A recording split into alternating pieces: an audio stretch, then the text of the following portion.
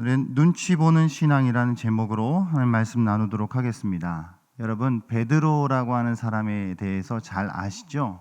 베드로가 어떤 인물입니까? 베드로는 예수님 측근 중에 측근이었던 수제자였고, 이후에 예수님 부활 이후에는 예루살렘 교회의 수장급인 지도자였던 사람이었습니다. 또 오순절 설교 한편으로 수천 명의 사람들을 또 회심시키는 그런 탁월한 설교자이기도 했습니다. 때로는 안진뱅이를 또 치유하는 기적을 베풀기도 했고, 사마리아를 비롯한 이방에 복음을 전하는 복음 전도자이기도 했습니다. 사도행전에서 사도 바울을 제외하면 가장 비중 있는 인물 중에 한 사람이죠. 베드로는요, 특별히 하나님께서 이방인들도 하나님께서 받으시는 사람들이라고 하는 것을 거의 앞서서 알려주셨던 사람입니다. 그래서 그가 고넬료 가정과 교제하게 되었고, 하나님이 이렇게 이방인 가운데도 역사하시고 그들도 구원의 또 은혜를 그들에게도 허락해 주시는 구나라고 하는 것을 경험적으로 알게 되었던 사람이었던 것이죠.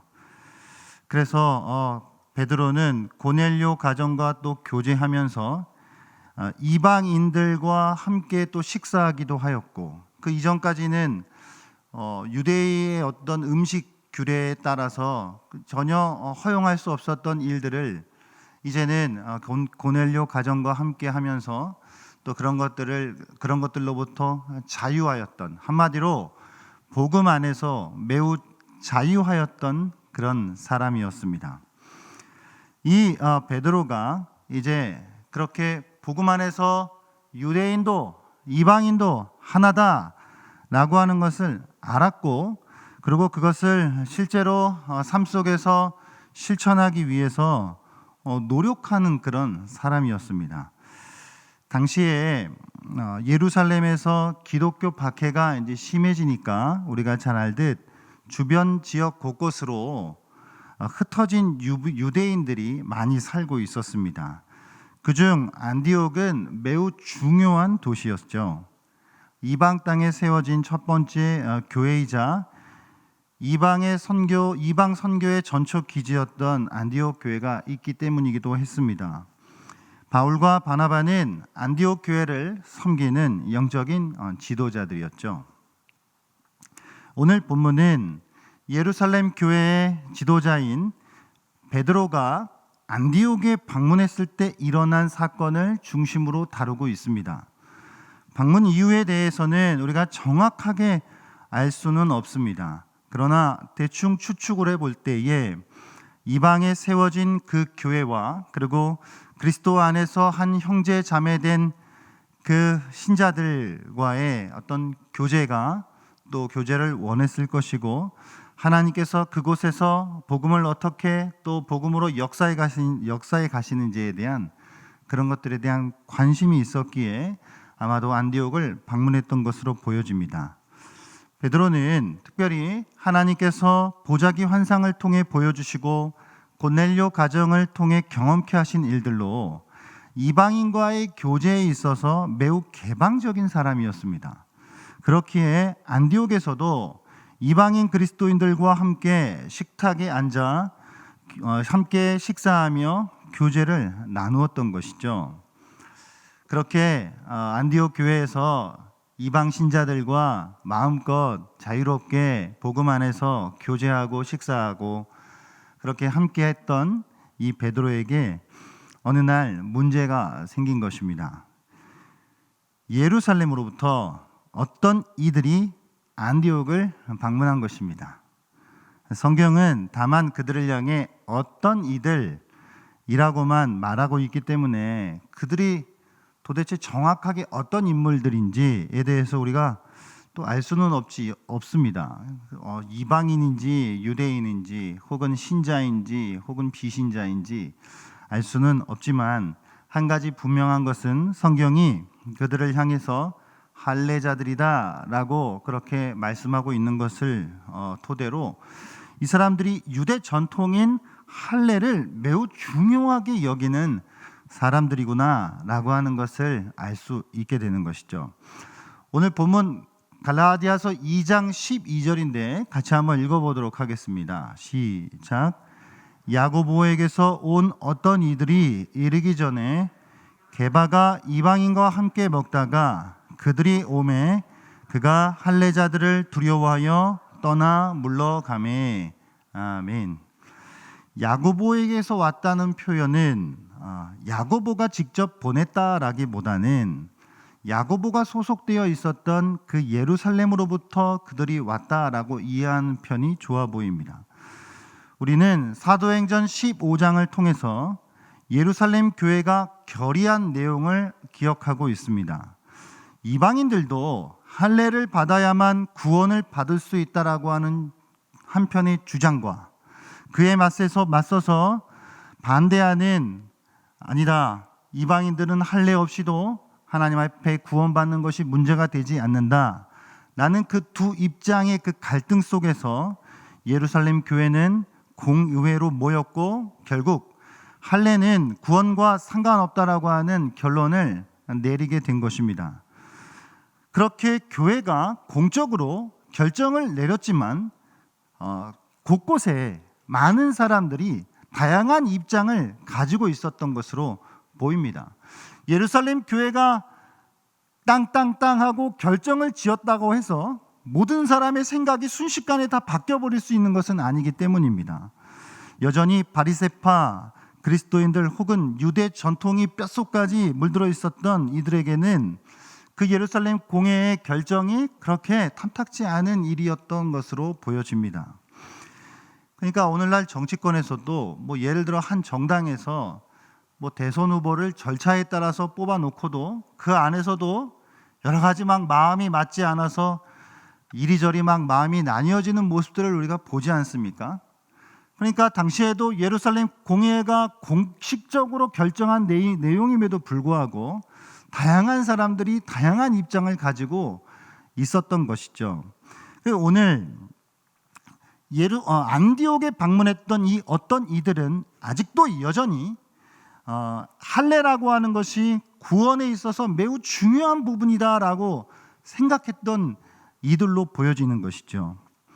예루살렘 공의의 결정보다는 오히려 자기들의 신념이 더 중요했던 자들 같습니다.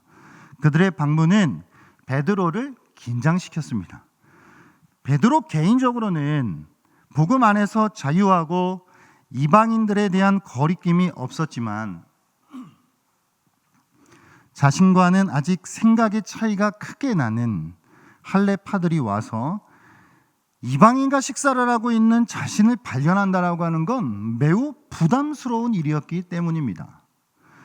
유대의 정결법과 음식법에 의하면 이방인과 함께 겸상을 한다는 건 매우 불경스러운 일이었기 때문입니다.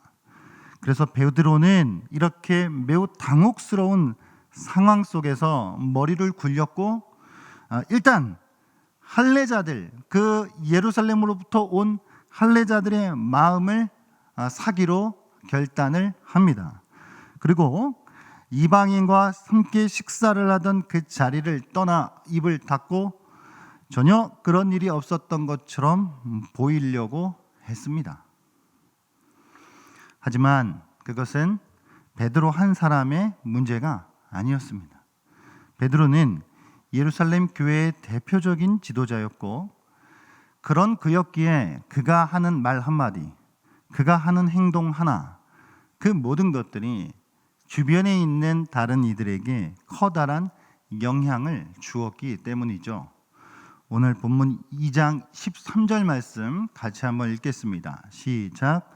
남은 유대인들도 그와 같이 외식함으로 바나바도 그들의 외식에 유혹되었느니라. 아멘. 베드로의 태도 변경에 다른 유대인 신자들도 슬금슬금 눈치를 보며 자리를 뜨기 시작했고 이방인 신자들과 거리를 두기 시작했습니다. 심지어 안디옥 교회의 지도자인 바나바조차도 그 함정에서 자유롭지 못했다고 성경은 말씀하고 있습니다. 베드로 입장에서는요, 일단 그 예루살렘으로부터 온 어떤 이들, 그들의 마음을 얻어야 한다고 판단을 했던 것으로 보여집니다. 그러니까 그들의 딱 왔을 때 자신이 이방인들과 막 자유롭게 막 먹고 떠드는 것을 보게 되면은 이게 그 할례자들이 볼 때 매우 불편하고 그들이 받아들이기가 힘들고 괜히 자신과 함께 먹고 있었던 이방인들까지도 욕먹이게 되는 그런 여러 가지 복잡한 막 그 생각들이 머리에 막 스쳐 지나가면서 일단 욕을 피해야 되겠다. 긁어 부스럼을 만들 필요가 없지 않겠는가. 일단 평화를 좀 유지하기 위해서 내가 없던 일처럼 자리를 뜨는 게 좋아 보이겠다라고 생각을 했던 것입니다. 그래서 저들의 눈에 거슬리겠다 생각되는 자신의 행동을 처리했던 것입니다. 그러나 결과적으로요, 베드로의 행동은 외식이고 위선이었습니다.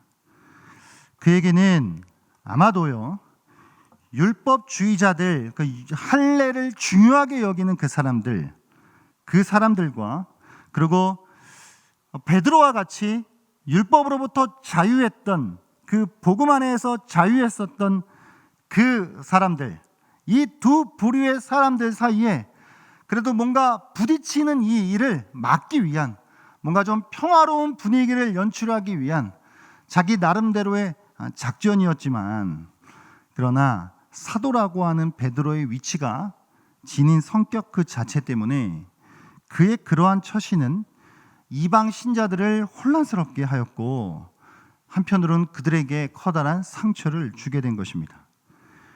이에 바울은 공개적으로 베드로를 질책합니다. 갈라디아서 2장 14절 말씀인데 같이 한번 읽겠습니다. 시작. 그러므로 나는 그들이 복음의 진리를 따라 바르게 행하지 아니함을 보고 모든 자 앞에서 게바에게 이르되, 내가 유대인으로서 이방인을 따르고 유대인답게 살지 아니하면서 어찌하여 억지로 이방인을 유대인답게 살게 하려느냐 하였노라. 아멘. 사실 바울에게 있어서 베드로는 대선배격입니다. 여러 가지 면에서 그랬습니다. 그럼에도 불구하고 바울이 베드로를 그렇게 대놓고 책망한 데에는 그 나름의 이유가 있었기 때문이죠. 베드로는 이방인들이 유대교 의식을 행하지 않으면 그들과 교제가 불가능하다고 주장하던 그런 유대주의자들이, 그런 할례주의자들이, 그런 할례파들이 이방인을 대하는 태도 그 방식대로 자기도 그만 그들을 대하고 말았던 것이죠. 이게 단순히 누군가에게 상처를 주는 감정적인 문제를 넘어서 있었던 것입니다. 이거는 복음의 본질을 해치는 중대한 문제였다라고 하는 것이죠.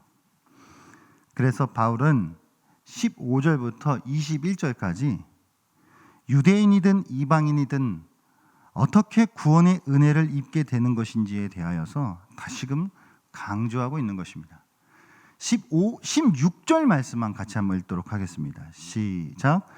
사람이 의롭게 되는 것은 율법의 행위로 말미암음이 아니요 오직 예수 그리스도를 믿음으로 말미암는 줄 알므로 우리도 그리스도 예수를 믿나니, 이는 우리가 율법의 행위로서가 아니고 그리스도를 믿음으로써 의롭다함을 얻으려 함이라.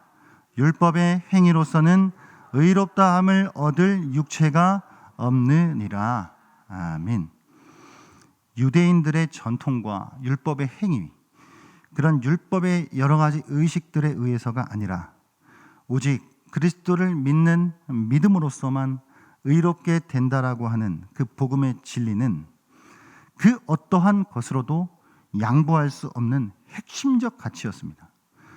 예수께서 누군가를 받아들이셨다라고 한다면 모든 신자들은 그분과 함께 그 누군가를 기쁨으로 받아들여야 했습니다. 이것이 복음의 가르침이었습니다. 어떠한 이유에서든지 그 복음 진리를 회방하는 것은 용납될 수 없었던 것입니다. 생각해 보겠습니다. 왜 이게 감정적인 문제가 아니고 복음의 진리를 훼손하는 문제인지 자세하게 생각해 보겠습니다. 베드로의 그와 같은 행동으로 자기가 함께 식사를 하던 자리에서 이방 신자들과 함께하던 그 자리에서 자리를 떴어요. 그런 베드로의 행동은 함께 했었던 유대인들에게도 영향을 주었고 심지어 바나바에게도 영향을 주었고 남겨진 이방 신자들에게도 상처를 넘어서서 그것은 복음에 대한 오해를 낳게 했던 것입니다. 이방 신자들이 그 자리에 있었던 이방 신자들이 느꼈을 생각을 한번 해보겠습니다. 자기들 스스로 뭔가 수치심을 느꼈을 수 있고 이런 생각을 했을 수 있습니다. 역시 우린 유대인들보다 좀 저급한 존재들인가 보다. 유대인들과 한 가족이 되려는 기대를 한 자체가 잘못이었구나. 그렇게 스스로를 자책했을 것입니다. 그러니까 복음, 유대인과 하나됨 이런 거는 그냥 이론이었구나. 그들이 그렇게 생각하게 되는 것은 복음 자체를 왜곡하게 되는 것입니다. 복음을 오해하게 만드는 것입니다. 이것이 문제였던 것이죠. 바울이 갈라디아서를 쓰고 있는 목적이 무엇이죠? 복음 안에서 유대인이나 이방인이나 모두가 하나라고 하는 사실, 할례자나 무할례자나 아무런 상관이 없다라고 하는 사실, 종이나 상전이나 그들 모두는 율법의 행위나 민족적 혈통이 아닌 오직 그리스도를 믿는 믿음으로만 구원에 이른다라고 하는 진리, 그것이 바울이 갈라디아서를 쓴 목적입니다. 그러나 그 목적이 그 진리가 흔들려 버려지고 있는 그 심각한 문제가 생겼다라고 하는 것입니다. 이건 본질 중에 본질이기 때문입니다. 베드로의 잘못되고 올바르지 못한 판단, 결론적으로 외식이 되어버린 행동이 이방 교회와 유대 교회를 나눠버린 것을 바울은 지적하고 있는 것입니다. 비록 아까 말씀드렸듯이 베드로가 나름대로의 이유를 가지고 있었을 것입니다. 괜히 분란 일으키지 말자. 저 할례자들의 마음도 좀 만져주고 좀 뭔가 좋은 게 좋은 거다라고 하는 상황을 만들어 보자.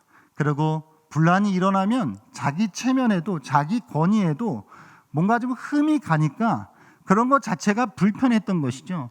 그런 상황을 피하기 위해 지금 자리를 뜬 것이에요. 베드로가 그 자리를 뜨는 것이 결과적으로는 외식이고 위선이고 복음의 진리를 훼손하는 일이 되었다라고 하는 것입니다.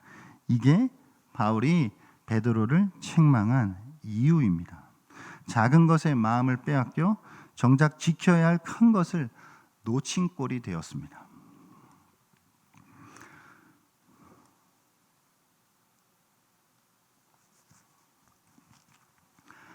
여러분, 이것을 오늘날의 교회에 적용해 보겠습니다. 누군가의 마음을 얻기 위해 또 다른 누군가의 마음에 상처를 주는 행동을 우리는 간혹 하기도 합니다. 이를테면 교회 안에 다양한 부류의 사람들이 있습니다. 부자와 가난한 사람으로 나누어 생각해 볼 수도 있고, 오래된 성도와 새로운 성도를 생각해 볼 수도 있습니다. 목회적 차원에서 자연스럽게 한쪽의 마음을 사기 위해 다른 한쪽의 마음에 본의 아닌 불편함을 주는 일이 생기기도 합니다. 게다가 그것이 그저 감정적인 문제가 아니라 복음의 본질로부터 벗어난 일이 될 수 있다라고 하는 것을 우리는 기억해야 합니다. 그럴 때 우리는 회개해야 하는 것이죠. 그것은 하나님의 마음을 아프게 하는 일이기 때문입니다. 목사로서 저희 집 얘기를 잠깐 해보겠습니다. 이게 대략 목회자 집안에 대략 적용되는 이야기 같은데 이런 것이죠. 야, 내가 목사인데 그래도 니들 이제 애들이요, 저희 자녀들, 너희들은 어느 정도 교회에서 이러한 것들을 해야 되고 이러이러한 모습들을 보여줘야 되는 게 당연하지 않냐 라고 하는 식의 요구를 계속 한다라고 보세요. 근데 그게 복음의 어떤 본질에 있는 그런 내용을 이야기하는 것이 아니라 다분히 율법적이고 종교적인 그 요구를 계속 제가 요구한다라고 했을 때에 누구를 위한 거죠? 나의 체면, 어떤 내가 밖에서 보여지는 어떤 것, 그런 것들 때문에 자녀들에거나 혹은 아내에게나 배우자에게나 그런 것들을 요구할 수가 있습니다. 그런데 이렇게 계속 요구할 때 저의 아이들이 야, 교회는 복음이 뭐야? 복음을 율법으로 오해할 수가 있게 되는 것이죠. 복음이라고 하는 것이 자유한가? 복음은 되게 억제하는 것이구나 라고 하는 곳으로 오해할 수 있다라고 하는 것이죠. 그러니까 어느 하나를 얻기 위해 정말 중요한 것을 잃게 되는 그런 우를 범하는 일들이 있지 않습니까? 이게 목회자의 집안에만 적용되는 이야기는 아니고 우리 성도님들의 삶 속에서도 적용되어지지 않나요?